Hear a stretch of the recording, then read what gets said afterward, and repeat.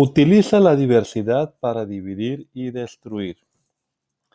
Cómo las ideologías culturales perjudiciales mantienen a las razas en un conflicto perpetuo e interminable. No resuelvas problemas, úsalos para tu provecho. Así describió un compañero de trabajo de Saul Alinsky la filosofía del famoso organizador comunitario radical en Chicago.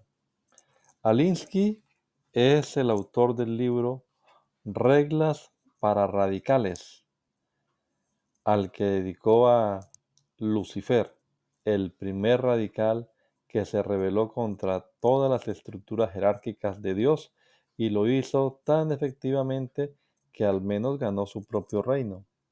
Cierro comillas. Alinsky murió en 1976, pero su manual todavía es seguido por la izquierda radical en su búsqueda para transformar fundamentalmente a Estados Unidos. Tuve la oportunidad de conocer a uno de los compañeros de trabajo de Alinsky mientras mi esposa y yo estábamos de vacaciones en Colorado a principios de los años 70. Este hombre se unió a Alinsky con el deseo de ayudar a las comunidades empobrecidas de Chicago, pero él nos dijo que Alinsky bloqueaba cualquier plan de ayuda social porque veía esos problemas como oportunidades para impulsar sus agendas políticas y económicas. Según David Horowitz, cuando Alinsky preguntaba a los organizadores comunitarios por qué se unían a él, ellos decían para ayudar a los pobres y oprimidos. Entonces Alinsky gritaba, no, quieres organizarlos para ganar poder. Alinsky estaba de acuerdo con la organización izquierdista Estudiantes por una Sociedad Democrática, que afirmaba, el problema nunca es el problema es siempre la revolución. Escuchemos las palabras de Saul Alinsky. Cito. Un organizador debe avivar la insatisfacción y el descontento.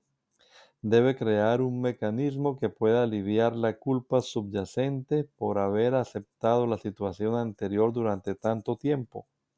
A partir de ese mecanismo surge una nueva organización comunitaria. Cierro comillas. Avivar el descontento, utilizar los problemas, generar culpabilidad. Alinsky no ocultó el hecho de que era un marxista comprometido que creía que el conflicto entre los oprimidos y los opresores debe ser continuo, interminable y sin una resolución satisfactoria, a menos que, por supuesto, haya una revolución que traiga las, entre comillas, igualdades de un Estado marxista. Hablaba de lo que podía describirse como el paraíso del comunismo. Para Karl Marx, el conflicto era principalmente entre los capitalistas y el proletariado, los ricos y los pobres. Alinsky vio ese conflicto no solo a través de los ojos de la economía, sino también de la raza. El racismo sería utilizado para fomentar la revolución que buscaba. Así que el llamado al cambio nunca se trata realmente de raza, género o estatus económico, sino de revolución y de poder. Anteriormente mencioné que los disturbios que siguieron al trágico asesinato de George Floyd por parte de un oficial de policía de Minnesota demostraron que para algunos el problema no era la raza ni siquiera la brutalidad policial. Las pandillas que saqueaban las tiendas y gritaban sin justicia no hay paz simplemente seguían el dictamen de Saul Alinsky de que la raza era el pretexto, el poder era el objetivo. Y miles de personas sinceras se arrodillaron para expresar su solidaridad contra el racismo, probablemente sin ser conscientes de que la agenda destructiva más amplia que hay detrás de estos disturbios.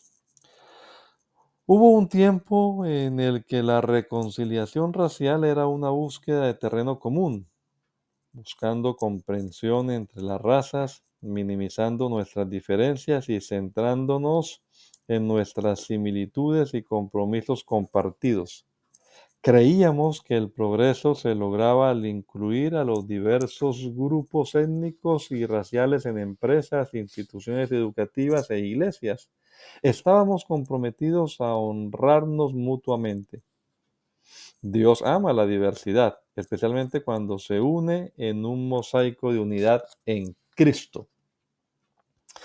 En la iglesia Moody de Chicago, donde serví como pastor principal durante 36 años, estábamos agradecidos de que más de 70 países estuvieran representados en la congregación cada domingo por la mañana. Siempre supimos que no estábamos donde queríamos estar, pero estábamos en camino. La iglesia Moody sigue siendo una iglesia que refleja la diversidad de nuestra ciudad. Esperamos el día en que todos alaben al Cordero, porque fuiste inmolado y con tu sangre compraste para Dios a gente de toda tribu, lengua, pueblo y nación. Apocalipsis 5:9. Dios ama la diversidad, especialmente cuando se une en un mosaico de unidad en Cristo. La hostilidad racial y étnica es pecaminosa y niega la dignidad inherente de todas las personas y es particularmente pecaminosa dentro del cuerpo de Cristo. Nosotros como cristianos deberíamos estar a la vanguardia de liderar la unidad en medio de la diversidad y deberíamos trabajar hacia el amor y la aceptación en lugar de la división racial y la sospecha. Pero a pesar de los muchos avances realizados en la última generación, o quizás dos, la brecha racial se está ampliando, no se está estrechando. Ciertamente, una razón es el aumento de la retórica política en nuestro discurso nacional. Nos duele el insulto, las distorsiones y las acusaciones acaloradas en todos los lados del espectro político. Algunos políticos son impulsados no por la razón y la civilidad, sino por el ego y los eslóganes. Otra razón clave para la creciente brecha racial se debe a la aceptación generalizada del marxismo cultural que fomenta la división racial, no la unidad. Aunque el comunismo ha fracasado en cada país en el que se ha instituido, la visión marxista de una sociedad en la que todos los hombres y mujeres son por ley forzados a ser iguales no ha muerto. En Estados Unidos esto se ha reetiquetado como justicia social y corrección política. Incluso podemos agregar las palabras diversidad e igualdad.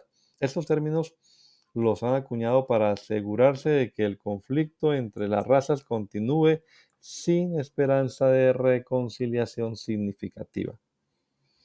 Vivimos en lo que se conoce como la generación woke, que se refiere al movimiento social y cultural que enfatiza la conciencia sobre las injusticias e inequidades sociales, particularmente aquellas relacionadas con la raza, el género y otras identidades marginadas, y hace hincapié en el uso de un lenguaje inclusivo, no discriminatorio, y en asegurar una representación diversa en los medios de comunicación, los lugares de trabajo y otras áreas de la sociedad. Para algunos es un término positivo que significa que estás iluminado o entiendes cómo la historia, el racismo y la economía se fusionan para explicar las injusticias de nuestra sociedad. Para otros es un término negativo y significa que ven opresión casi en todas partes, incluso en disciplinas rigurosamente científicas como las matemáticas y otras. Para ellos la injusticia y la opresión abundan incluso en nuestro juramento a la bandera patria. El juramento a la bandera es una recitación patriótica en la que se afirma la lealtad a la bandera de la nación y a la República de los Estados Unidos. Aquí hay un eh, detallado resumen. Juro por Dios fidelidad a mi bandera y a mi patria, de la cual es símbolo una nación soberana, indivisible, regida por principios de libertad, orden y justicia para todos. Sí, juramos.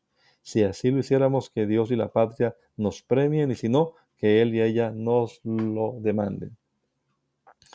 Para asegurarnos de entender de qué es de lo que está en juego aquí, echemos un vistazo más de cerca a estos conceptos. Primero, el de la igualdad. Muchos rostros de la igualdad. Un buen punto de partida es este texto a menudo citado, escrito por Thomas Jefferson en el preámbulo de la Declaración de Independencia de los Estados Unidos. Abro comillas. Sostenemos como evidentes por sí mismas estas verdades que todos los hombres son creados iguales. Cierro comillas.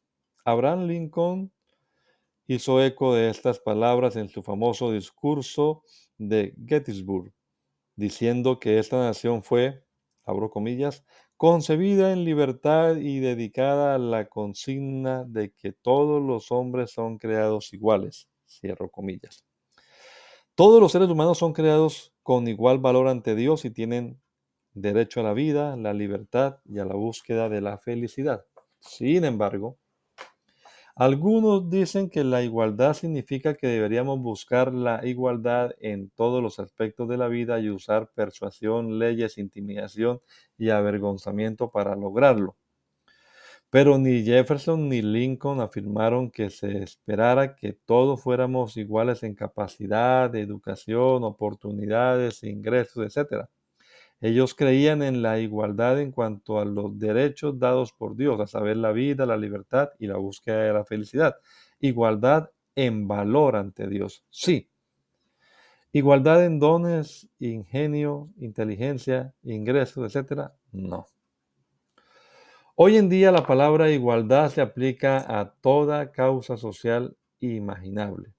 Tenemos igualdad en el matrimonio, matrimonio entre personas del mismo sexo, igualdad económica, socialismo, igualdad reproductiva, el aborto, igualdad en la atención médica, atención gratuita socializada, igualdad de género, protección legal para las personas trans, y el objetivo positivo de igualdad racial, que sin embargo debe ser cuidadosamente definido.